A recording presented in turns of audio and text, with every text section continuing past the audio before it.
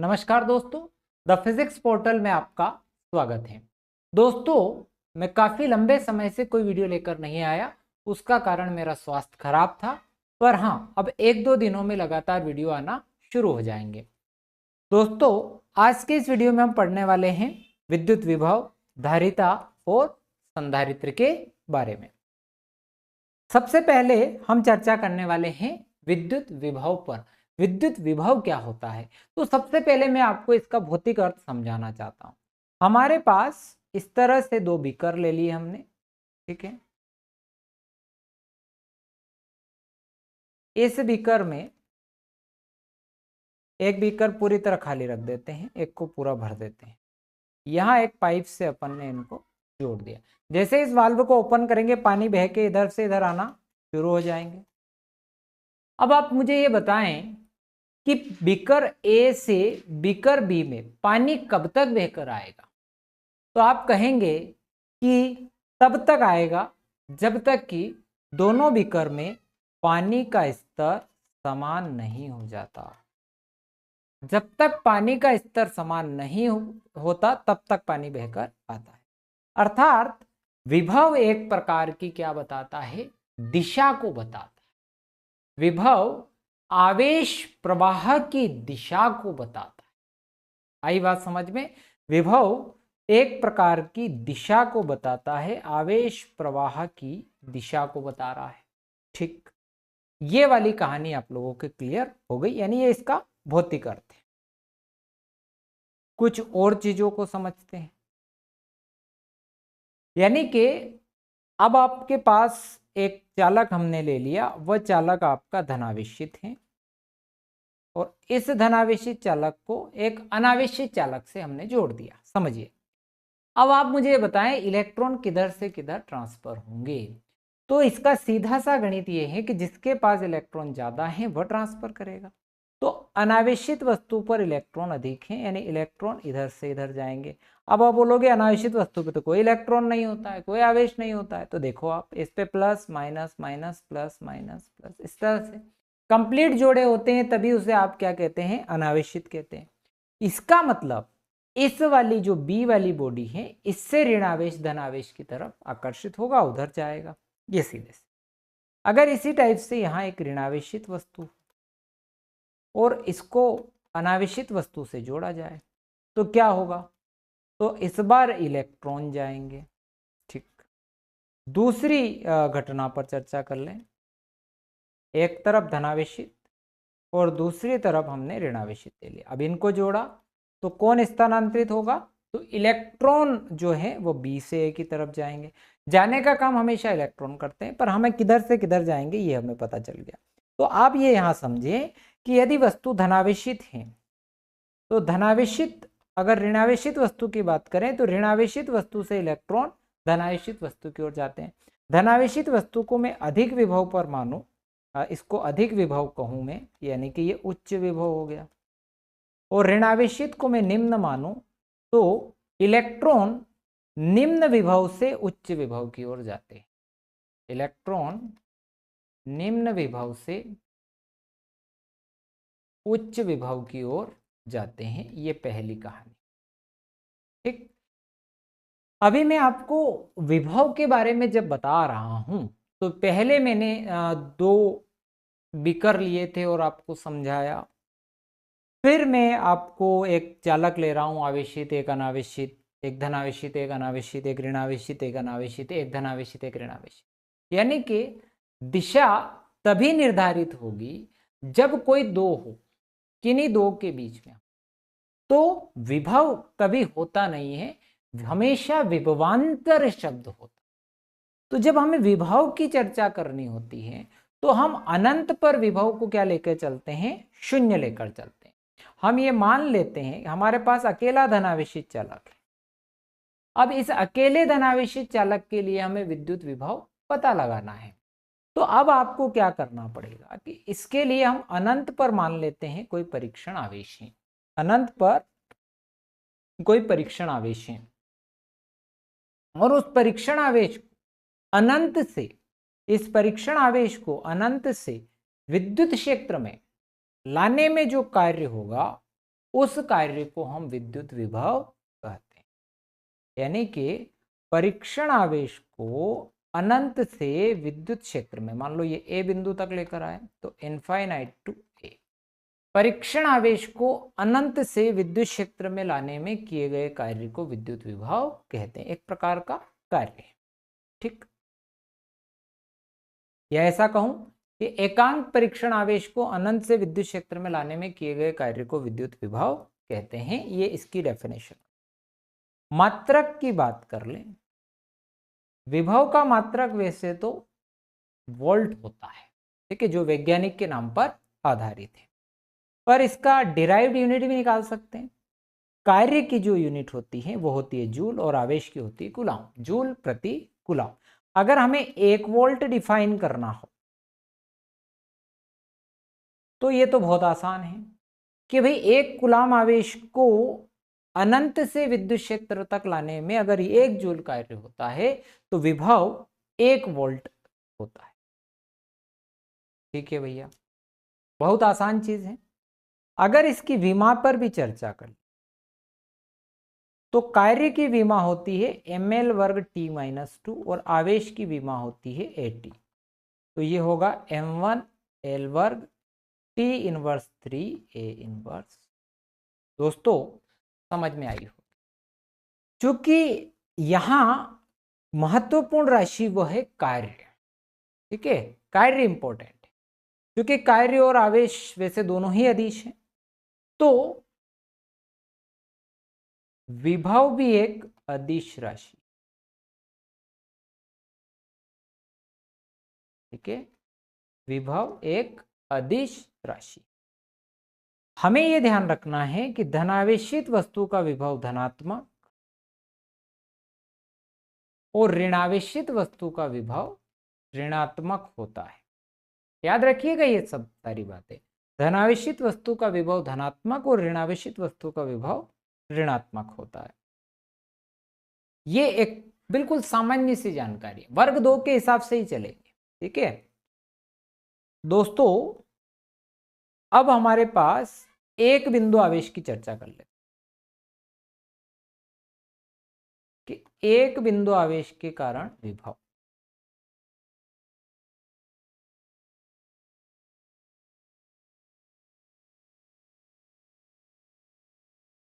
तो क्या किया जा सकता है, विभव कैसे निकालते हैं, मैं आपको तरीका बता देता हूं। डेरिवेशन से अपना कोई विशेष लेना देना नहीं है, ठीक है। हमें इस परीक्षण आवेश को अनंत से विद्युत क्षेत्र में लाना है, तो पहले आपको कार्य निकालना पड़ेगा। कार्य निकालने के लिए आपको बल निकालना पड़ेगा, तो बल आप निकालोगे कूलाम के नियम से, 1/4 pi epsilon not Q1 Q2 by r वर्ग। कार्य फिर बल गुणा विस्थापन कर दोगे, एक अल्प कार्य निकाल लोगे, उस अल्प कार्य का आप इंटीग्रेशन कर दोगे और उसको आप परीक्षण आवेश से भाग लगाओगे, तो एक बिंदु आवेश के कारण विभव का व्यंजक आ जाएगा। तो V बराबर K Q by R square, माफी चाहता हूं, K Q बाई R, है ना, या V बराबर 1/4 pi epsilon not Q by R, ठीक। या अगर हम माध्यम में बात करें तो 1/4 pi epsilon Q by R square, ठीक। ये वाली बातें हो गई। इस सूत्र से हम बहुत कुछ निकाल सकते हैं। वो बहुत कुछ क्या है? नंबर 1, विभव को प्रभावित करने वाले कारक की चर्चा है। सबसे पहली बात, प्रभावित करने वाले कारकों में अगर बात करें कि विभव को प्रभावित करने वाले कारक,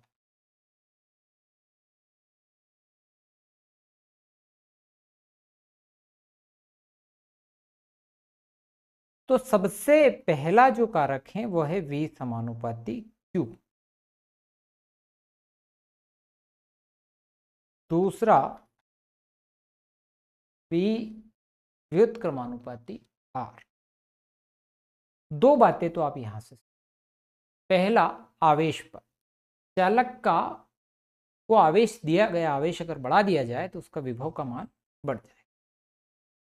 दूसरा आपका आकार पर, आकार बढ़ाने पर विभव का मान घट जाता है। ठीक है, क्षेत्रफल बढ़ाने पर विभव का मान घट जाता है, आवेश से दूरी बढ़ाने पर विभव का मान घट जाता है। तीसरी और महत्वपूर्ण चीज है माध्यम पर। अगर आप सूत्र को देखें तो आपको पता चलता है कि किसी भी माध्यम में आप इसको ले जाएंगे, इन दोनों को डिवाइड करके देखें कि ये तो आपका निर्वात में हो गया मामला और ये आपका माध्यम में हो गया। तो आप इसको डिवाइड करके देखते हैं तो आपको ये पता चल जाएगा कि क्या आएगा। देखो V, अगर मैं यहाँ लिखूं निर्वात बटे V माध्यम, V निर्वात यानी कि 1/s/0 और V माध्यम यानी कि 1/s/, भिन्न के बटा में भिन्न, s/, बटे s/। अब आप ये देखिएगा s/, बटे s/0 कितना आसानी से, कितनी सरल बात मैं आपको बता रहा हूं। s/, बटे s/0 आपने कहां पढ़ा, याद करें, आपने ये चीज पढ़ी, माध्यम में विद्युतशीलता और निर्वात में विद्युतशीलता के अनुपात को कहते हैं। तो इसकी जगह आप s/r भी लिख सकते हैं।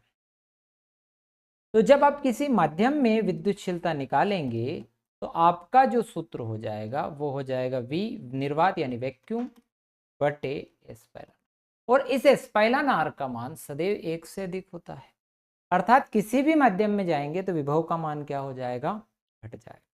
तो माध्यम में विभव का मान घट जाता है। ठीक, ये तीन मुख्य मुख्य पॉइंट, एक चौथा पॉइंट भी है उसको भी चर्चा कर लें। आवेशित वस्तु के समीप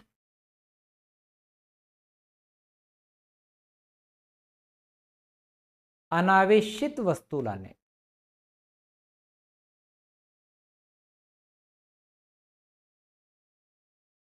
अगर आवेशित वस्तु के समीप हम अनावेशित वस्तु लाएंगे तो होता क्या है, जैसे कि ये एक आवेशित वस्तु है, इसके पास में आप अनावेशित लाए तो प्रेरण के कारण इस वाली वस्तु के निकट वाले तल पर ऋणावेश और इसके दूर वाले तल पर धनावेश प्रेरित हो जाता है।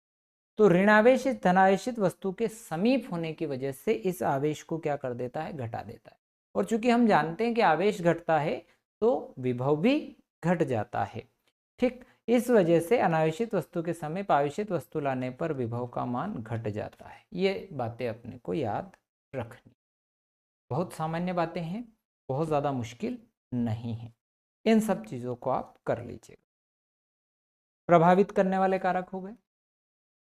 अगर अनेक आवेशों के लिए भी आपको निकालना पड़े तो ये चूंकि अध्यारोपण के सिद्धांत का पालन करता है तो इनको आपस में जोड़ा जा सकता है, घटाया जा सकता है, पर ध्यान रखिएगा कि धनावेशित वस्तु का विभव धनात्मक लेना है और ऋणावेशित वस्तु का विभव ऋणात्मक लेना है। एक चीज और मैं आपको बता दूं कि विद्युत क्षेत्र की तीव्रता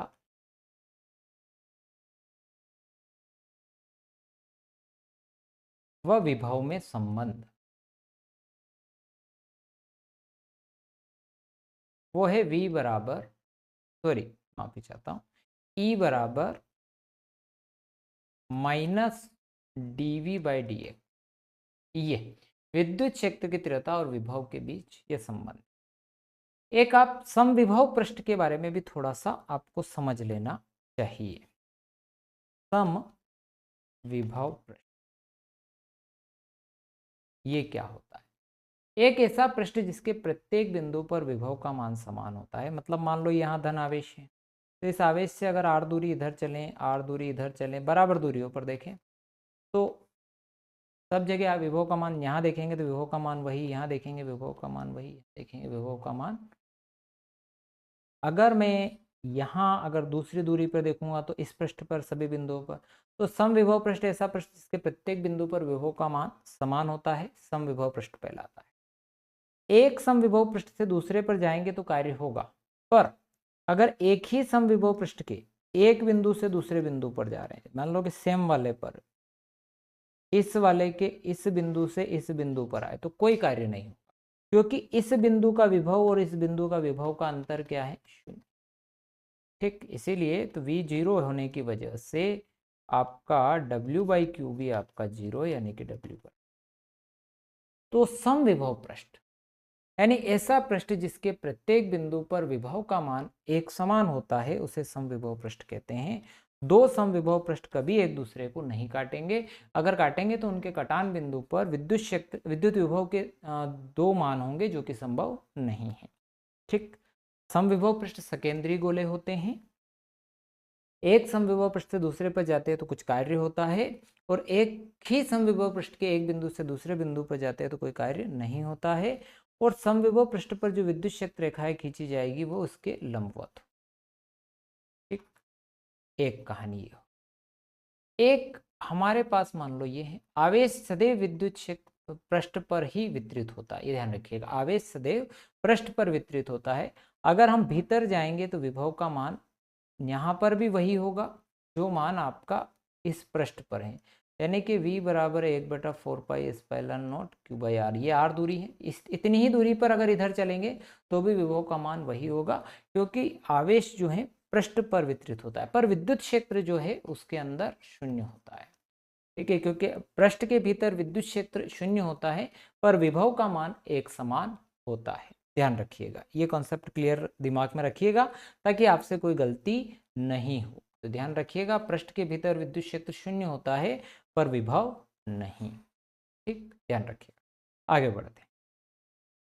सवाल लिया पहला, if a charge of 10 coulomb is moved through a potential difference of 5 volt the work done is, यानी 10 कूलम आवेश को 5 वोल्ट के विभवांतर से गुजारा जाता है तो किया गया कार्य होगा। V बराबर W/Q0 हमने पढ़ा हुआ है, तो W बराबर VQ हो जाएगा।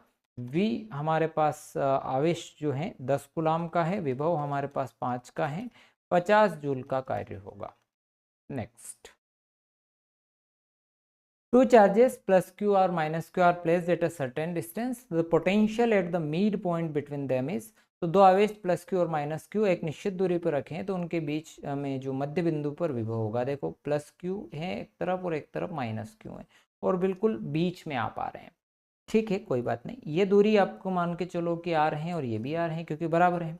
अब इस बिंदु पर इसकी वजह से अगर आप विभव देखोगे तो v is equal to 1/4πε0 q/r हो जाएगा।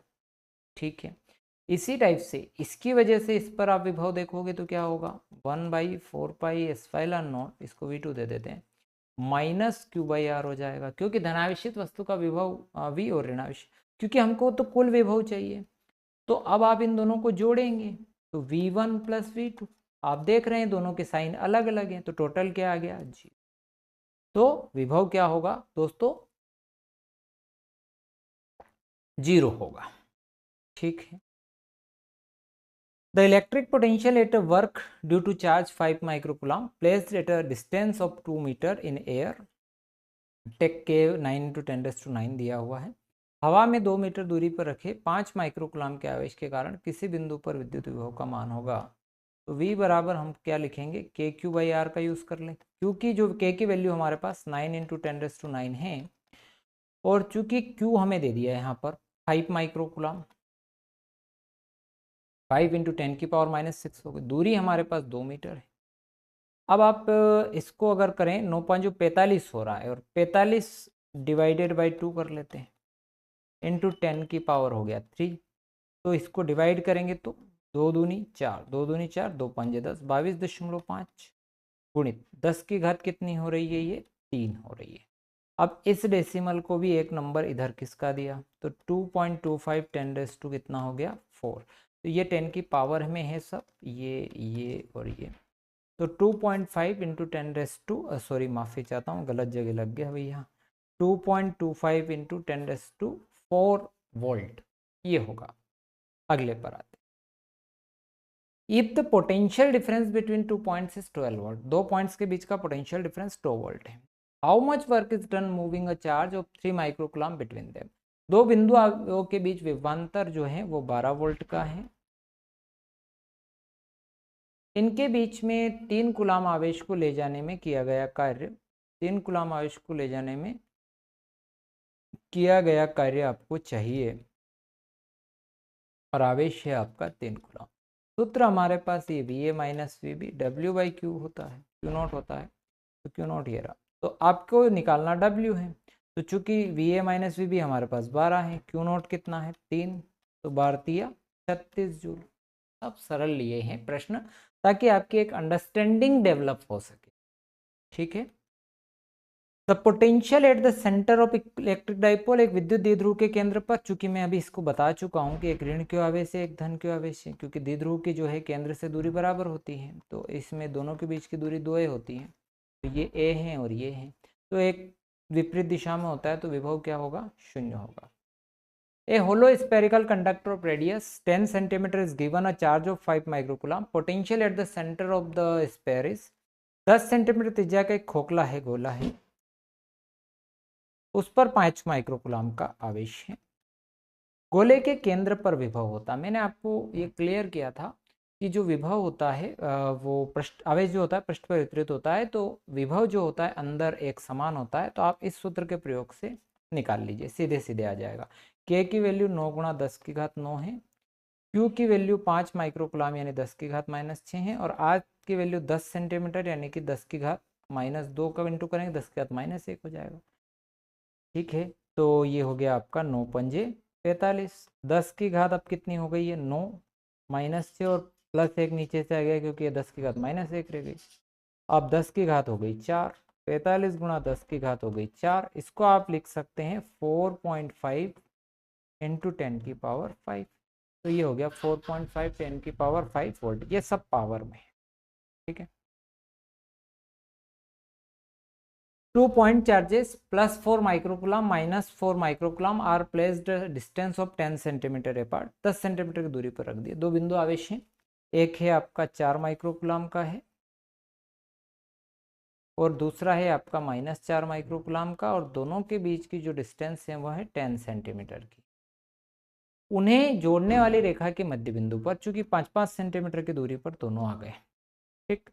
अब मैं इनको अगर चेंज ना भी करूं, ठीक है, तो भी आप ध्यान से देखते हैं तो ये दूरी और ये दूरी बराबर है, और मैं चर्चा कर चुका हूं इस पॉइंट पर कि भाई अगर दोनों आवेश एक प्लस है एक माइनस है और उनके बीच की दूरी अगर समान है, तो चूंकि यहाँ का विभव और यहाँ का विभव समान होगा परिमाण में और दिशाएं विपरीत होगी, इस वजह से जो विभव का मान है वो 0 हो जाए, क्योंकि मैंने कहा धनावेशित वस्तु का विभव धनात्मक और ऋणावेशित का ऋणात्मक, तो इस वजह से टोटल 0 ही आएगा। आप V1 निकालोगे, आपके पास मैं निकालना सिखा रहा हूँ पर इसका कोई औचित्य नहीं निकलेगा, -V1 V2 भी निकाले, डायरेक्ट कर रहे हैं हम लोग, KQ/R, तो Q हो गया -4/R, R यानी कि 5, टोटल 0 आ जाएगा, ठीक है। इस तरह से भी आप करिएगा। The work done is bringing a unit positive charge from infinity to a point and electric field is called, एक विद्युत क्षेत्र में अनंत से इकाई धनात्मक आवेश को लाने में किया गया कार्य कहलाता है, तो उसको हम विद्युत विभव कहते हैं, सोचने की जरूरत भी नहीं है इसमें, ठीक है। अगला टॉपिक है आपका धारिता। जैसा कि मैंने आपको पढ़ाया Q समानुपाती V, ये पढ़ा है हम लोगों ने, आवेश बढ़ाने पर विभव का मान बढ़ता है, पर ध्यान रखिएगा धारिता न तो आवेश पर निर्भर करती है न विभव पर निर्भर करती है, मैं इस सूत्र से समझा जरूर रहा हूँ, ठीक है। धारिता आकार और आकृति पर निर्भर करती है केवल, ठीक है। तो अगर मैं इस समानुपाती के चिन्ह को हटा दूं तो Q बराबर यहाँ आएगा दोस्तों CV, ये एक C एक नियतांक है। जैसे आप पानी की बोतल खरीदते हैं, बोतल के ऊपर 1 लीटर लिखा हो, यानी कि उसके अंदर एक फिक्स्ड क्वांटिटी में पानी आएगा, 1 लीटर, उसका विभव अगर धारिता 1 लीटर है यानी कि कैपेसिटी 1 लीटर है, तो उसमें फिक्स क्वांटिटी में पानी आएगा कि नहीं आएगा, और फिक्स क्वांटिटी में आप पानी डालोगे तो वो उसके विभव को इतना कर देगा, इतना बढ़ा देगा, ये वाली कहानी होती है। यानी कि अगर किसी चालक को मैं Q आवेश दूं, किसी चालक को मैं Q आवेश दूं, किसी चालक को Q आवेश देने पर उसके विभव में V वोल्ट की वृद्धि हो जाती है, तो उसे आप धारिता कहते हैं। धारिता का जो मात्रक है वो फैराड है। आपको एक बात और बता दूं, फैराड बहुत बड़ी क्वांटिटी है, ठीक है, बहुत बड़ा नंबर होता है ये, 1 फैराड क्वांटिटी बहुत बड़ी होती है, ठीक है, इसीलिए आपको फेरेड शब्द कहीं देखने को नहीं मिलेगा, आपको मिलेगा माइक्रो फेरेड, नैनो फेरेड, पिको फेरेड। जैसे हम लोग एक कैपेसिटर खरीदते हैं, संधारित्र खरीदते हैं, तो संधारित्र के ऊपर आप देखिएगा, आपके कूलर में, पंखे में होता है, तो उस पर आप देखिएगा कि माइक्रो फेरेड, नैनो फेरेड, इस टाइप से आपको लिखा हुआ मिलेगा। माइक्रो फेरेड, नैनो फेरेड, इस तरह से आपको मिलता है। कभी भी आप उस पर फेरेड लिखा हुआ नहीं, कि एक फेरेड बहुत बड़ी क्वांटिटी होती है। अगर इसकी विमा की भी हम लोगों को चर्चा करनी है, तो इसकी चर्चा करने के लिए बहुत सही तरीका है कि V बराबर W/Q होता है, तो ये हो जाएगा Q वर्ग बटे W। Q की विमा 80 होती है, तो A वर्ग T वर्ग, और W की विमा हम लोगों को याद है, तो ML वर्ग T माइनस। तो दोस्तों ये हो जाएगा M inverse L inverse 2T⁴A। ठीक है, धारिता का मात्रक फेरेड हो गया। एक मात्रक इसका ये भी तो हो सकता है, या एक फेरेड इज इक्वल टू क्या हो जाएगा, 1 कूलम 1 वोल्ट। ठीक है, तो यदि किसी चालक को 1 कूलम आवेश दिया जाए और उसके विभव में वृद्धि 1 वोल्ट की होती है, तो उसे हम 1 फेरेड कहते हैं। ठीक है, ये धारिता की परिभाषा हुई। यानी कि धारिता के बारे में एक बात हम सीख गए, धारिता आवेश और विभव पर निर्भर नहीं करती। धारिता किस पर निर्भर करती है, तो धारिता आकार आकृति पर निर्भर करती है, आकार या आकृति पर निर्भर करती है। ठीक, धारिता के बारे में यह सामान्य सी बात है। अगर मेरे पास कोई गोली चालक है, मैं गोली चालक की धारिता अगर देखूं, एक गोली चालक ले रहा हूं, गोली चालक की धारिता। अब आपको मुझे इस गोले की धारिता निकालनी है। सपोज इस गोले पर धनावेश है, ठीक है, इस गोले की त्रिज्या R है। अब मैं इस गोली चालक की धारिता निकाल रहा हूं, मान लो यहाँ निकालूंगा, क्योंकि विभव का मान सब जगह एक जैसा होता है, तो V बराबर 1/4πε0 Q बटे R होगा विभव। तो धारिता C बराबर Q बटा V होती है, तो Q बटा V की जगह आप लिख दोगे 1/4πε0 Q बटे R। Q से Q कट गया, 4πε0 R। ये आ गई आपकी गोली चालक की धारिता। यदि मैं पृथ्वी को गोलाकार मान लूं, अगर मैं पृथ्वी की धारिता निकालूं,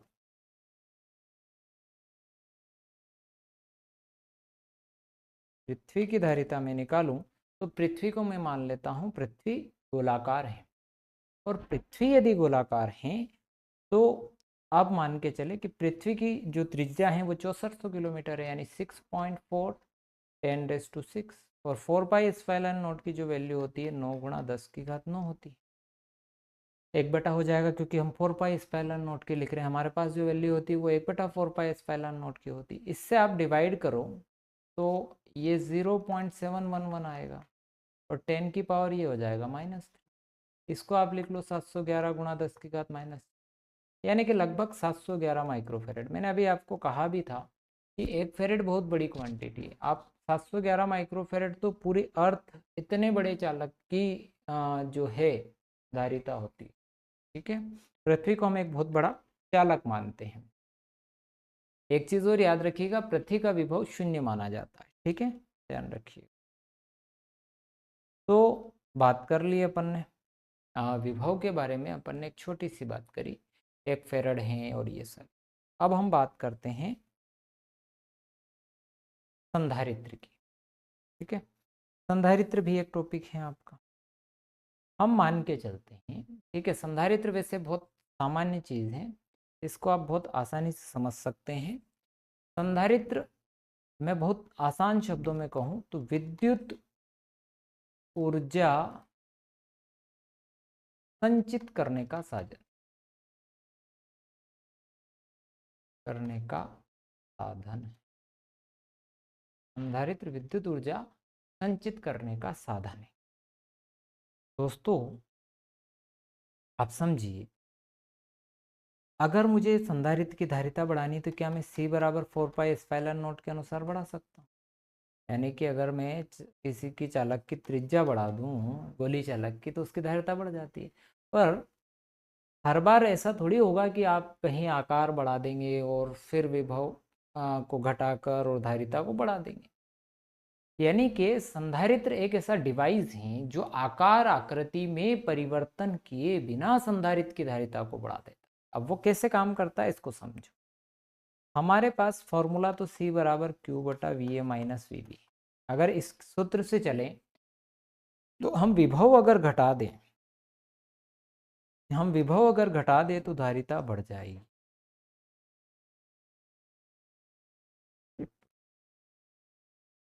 हम अगर विभव घटा दें तो धारिता बढ़ जाएगी, ये निश्चित है, ये फिक्स। ये इसी सिद्धांत पर काम करके कैपेसिटर बनाया गया, संधारित्र बनाया गया।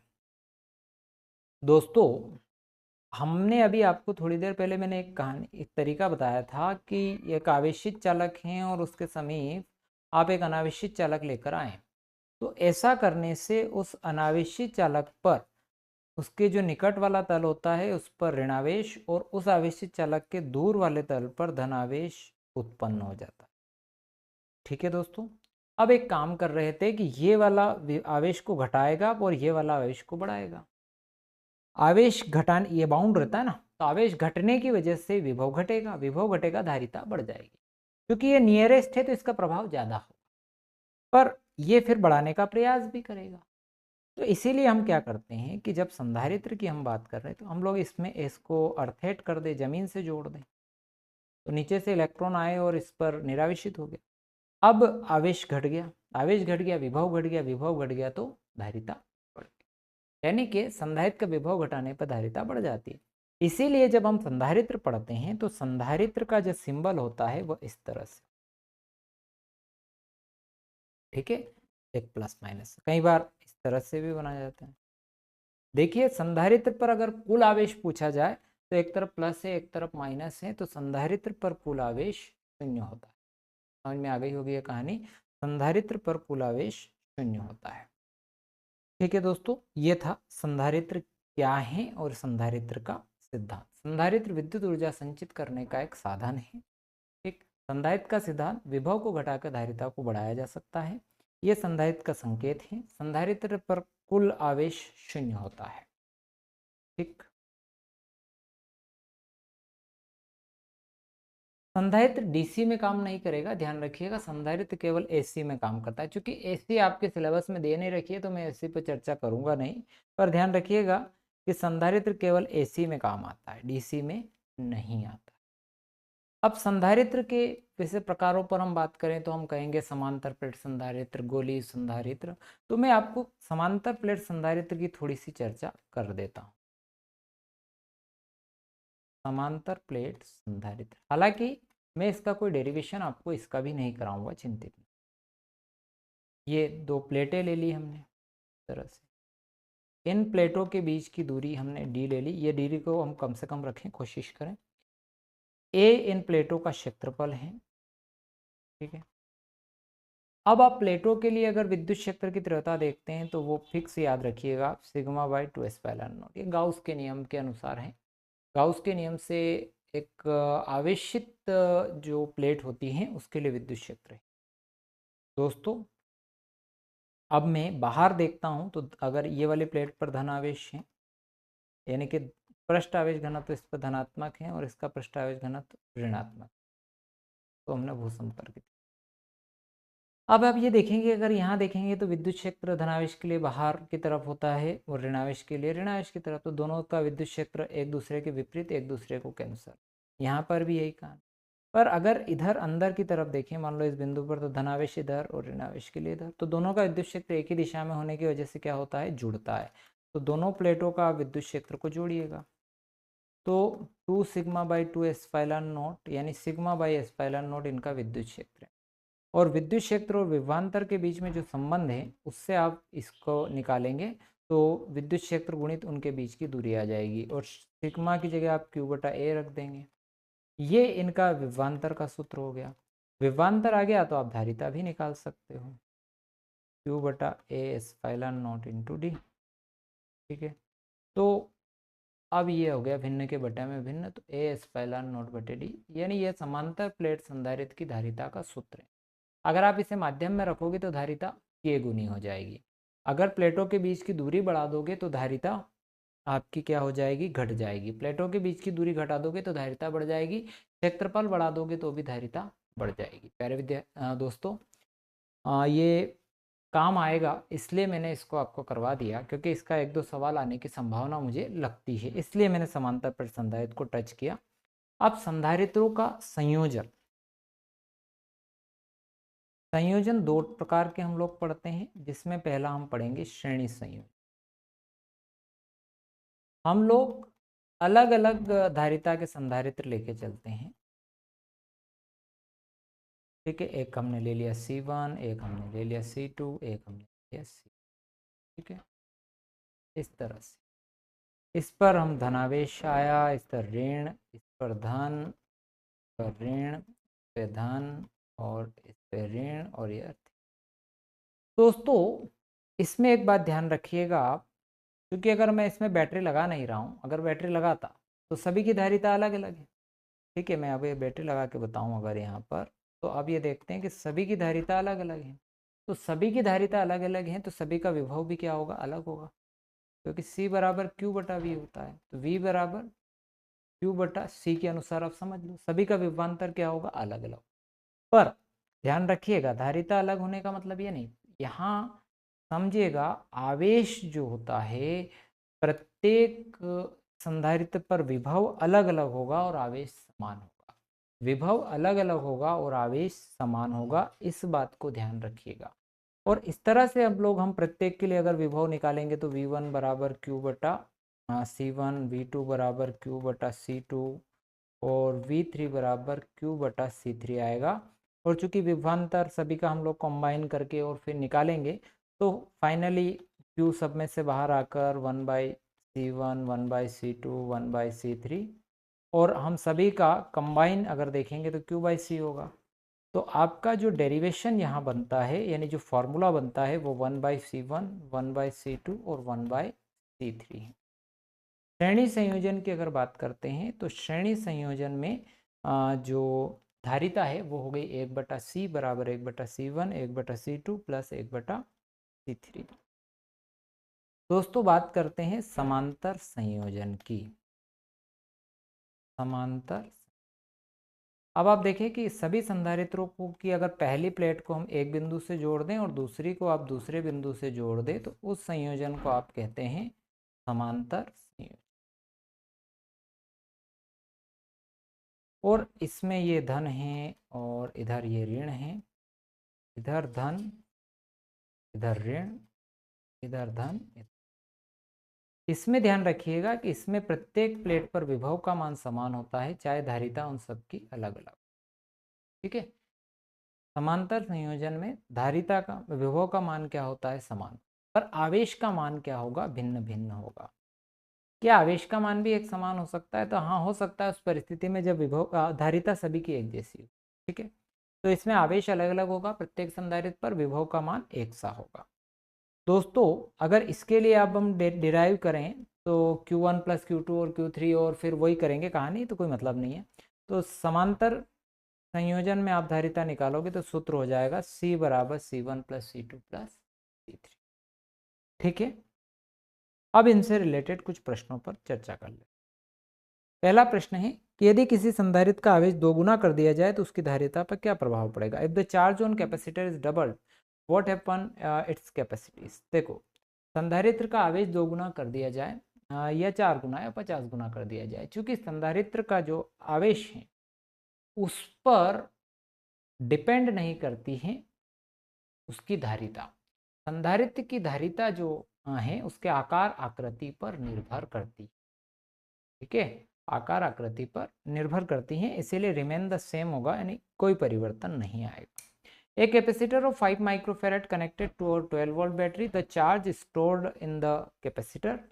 5 में संधारित्र को 12 वोल्ट की बैटरी से जोड़ा गया, संग्राहक में संरहित आवेश कितना होगा। संधारित्र है, उसकी उस पर जो विभव है वह है 12 वोल्ट है, और उस पर जो आवेश दिया जा रहा है वो 5 माइक्रोफेरेड का है। संधारित्र पर संग्रहित आवेश, एक capacitor 5 microfarad to 12 volt battery 12 volt की है। Charge stored in the capacitor तो अब आपको 12 वोल्ट विभव है, ठीक। अब आपको चाहिए यहाँ पर कि उसमें जो संग्रहित आवेश कितना हुआ, तो C बराबर Q बटा V, ठीक है।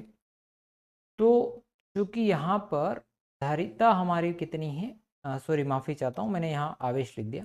धारिता हमारी जो है 5 माइक्रोफेरेड है, तो Q बराबर क्या हो जाएगा CV, तो 5 गुना 12, 12 5 जो 60 माइक्रोफेरेड, सीधा सा, ठीक है।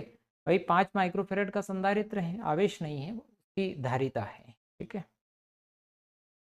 एक समांतर प्लेट संधारित्र की धारिता 5 माइक्रोफेरेड, इनके बीच में वायु हो तो प्लेटों के बीच 3 डाइलेक्ट्रिक स्थिरांक वाला पदार्थ डाल दिया जाए तो धारिता कितनी हो जाएगी।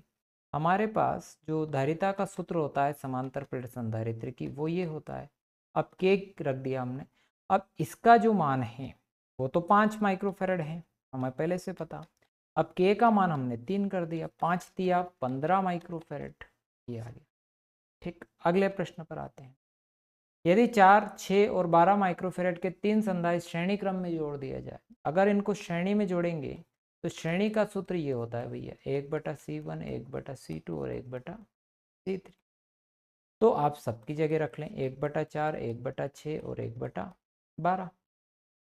कितना एलसीएम हो जाएगा, 2 दूनी 4, 2 तिया 6 और एलसीएम हो गया इनका 2 दूनी 4, 2 तिया 6 और 2 छंग 12, ठीक है। 2 तो 1 हो गया, तो शायद 24 से काम चल जाएगा।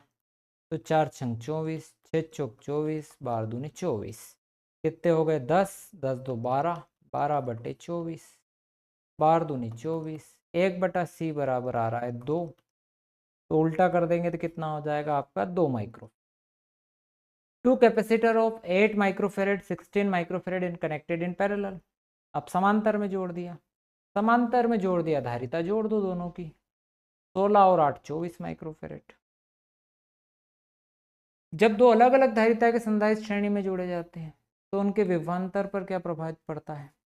श्रेणी में जोड़ेंगे तो विभवांतर अलग और आवेश समान होता है, ठीक है। विभवांतर अलग तो सेम वोल्टेज हो नहीं सकता है, सेम वोल्टेज नहीं होगा, कैंसर। Same charge on both capacitor, ये बात तो सही है, both voltage and charge remain same नहीं, charge is different both the capacitor, ये नहीं हो सकता। तो क्या चीज समान रहेगा, आवेश समान रहेगा, चार्ज समान रहेगा, बाकी सब चीजें भिन्न। यदि समांतर प्रतिसंधारित्र प्लेटों के बीच की दूरी 3 गुनी कर दी जाए और आवेश स्थिर रखा जाए तो विद्युत क्षेत्र पर क्या प्रभाव पड़ेगा। फॉर्मूला आपका सिंपल सा है, अगर प्लेटों के बीच की दूरी को 3 गुना कर दिया, ये 3 का गुणा कर दिया तो कितना हो गया, ये 1/3 हो गया, सीधा सा गणित, बिकम 1/3 यानी 1/3 हो जाता। यदि 3 समान संधारित्र हैं, प्रत्येक की धारिता C है, तो श्रेणी क्रम में जोड़ दिया जाए तो स्वतुल्य धारिता, सामान्य सी बात है भैया। हमारे पास 3 समान धारिता के संधारित्र हैं, तो 1/C 1/C 3/C, ठीक है। तो C बराबर हमारे पास हो जाएगा C/3। दोस्तों वीडियो अगर आपको पसंद आया हो, चैनल को सब्सक्राइब करिएगा, अपने दोस्तों के साथ शेयर करना मत भूलिएगा। मेरी तबीयत थोड़ी ख़राब होने की वजह से स्पीड भी नहीं बन पाई और एक एनर्जी आपको नहीं दिखाई दी होगी, पर मैंने फिर भी कोशिश करी है। तो चैनल को सब्सक्राइब जरूर कीजिएगा। थैंक यू वेरी मच, मिलते हैं नेक्स्ट वीडियो।